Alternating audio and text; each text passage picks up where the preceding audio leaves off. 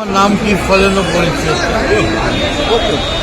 যা ফল হবে দেখাই যাবে, কিন্তু খুব তাড়াতাড়ি পাকবে, বেশি সময় লাগবে না, কারণ তো কার্বাইড দিয়ে পাকানো ফল নিয়ে নিচ্ছে তাড়াতাড়ি ফল বেরিয়ে যাবে। কিন্তু নির্বাচনের প্রাক্কালে হুমায়ুন কবিরের মতন আপনাদের বাপুটের বিধায়ক এতদিন প্রার্থী পর্যন্ত ঘোষণা হয়ে গেল বিভিন্ন জায়গায়, আজকে দল ঘোষণা হয়ে গেল, তৃণমূলের মতন 3 অক্ষরে নাম না দিয়ে।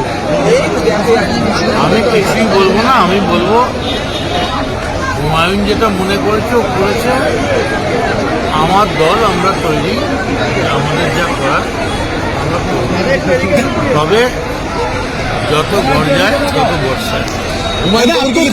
चुनाव के पहले जिस तरह से हुमायूं कबीर ने अपना पार्टी डिक्लेयर किया और उम्मीदवार के नाम भी डिक्लेयर किया, आने वाले चुनाव में वो कोई इफेक्ट ला सकता है? वो कोई रास्ता में पागल भी एक पार्टी डिक्लेयर कर सकता है या 100 नाम डिक्लेयर कर सकता है, उसको क्या है, साबित करना है। मैदान में आओ और जंग की मैदान में खेल के दिखाओ, क्योंकि बहुत जोर खेला होगा।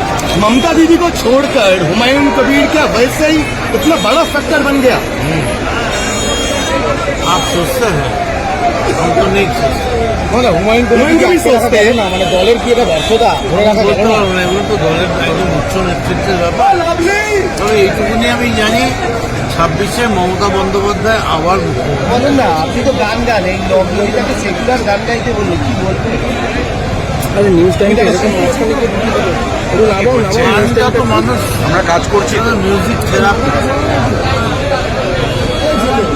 গান কখনো, গানটা তো মানুষের আনন্দ,